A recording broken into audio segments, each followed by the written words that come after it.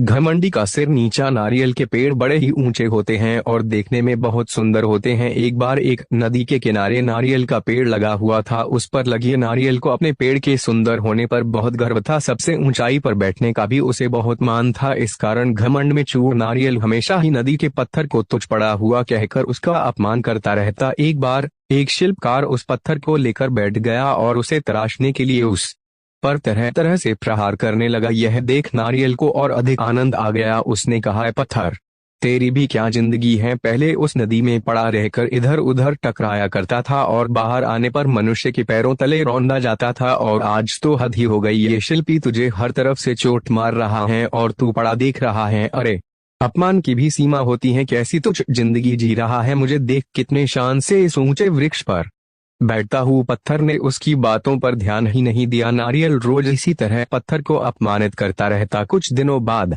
उस शिल्पकार ने पत्थर को तराशकर शालिग्राम बनाए और पूर्ण आदर के साथ उनकी स्थापना मंदिर में की गई। पूजा के लिए नारियल को पत्थर के बने उन शालिग्राम के चरणों में चढ़ाया गया। इस पर पत्थर ने नारियल से बोला, नारियल भाई, कष्ट सहकर मुझे जो जीवन मिला उसे ईश्वर की प्रतिमा का मान मिला। मैं आज तराशने पर ईश्वर के समतुल्य माना गया। जो सदैव अपने कर्म करते हैं वे आदर के पात्र बनते हैं, लेकिन जो अहंकार घमंड का भार लिए घूमते हैं वो नीचे आ गिरते हैं। ईश्वर के लिए समर्पण का महत्व है, घमंड का नहीं। पूरी बात नारियल ने सिर झुकाकर स्वीकार की, जिस पर नदी बोली, इसे ही कहते हैं घमंडी का सिर नीचा। घमंडी का सिर नीचा। इस कहानी से हमें यही शिक्षा मिलती है कि हम घमंड करके स्वयं अपनी छवि का अपमान करते हैं। घमंड मनुष्य जीवन के लिए एक शत्रु की तरह है जो हमेशा उसके लिए विनाश का मार्ग बनाता है। कहते हैं न, सफलता मिल जाती है, लेकिन जो इस सफलता पर घमंड नहीं करते वास्तव में वही सफल होते हैं। घमंडी व्यक्ति कितना भी ऊपर उठ जाए एक दिन वो नीचे आकर गिरता है, और उस वक्त जो उसका अपमान होता है उससे बड़ा श्राप उसके लिए कुछ नहीं होता। घमंड एक ऐसा भाव है जिसमें मनुष्य कब फंस जाता है उसे इसका भान तक नहीं रहता। इसलिए सदैव अपने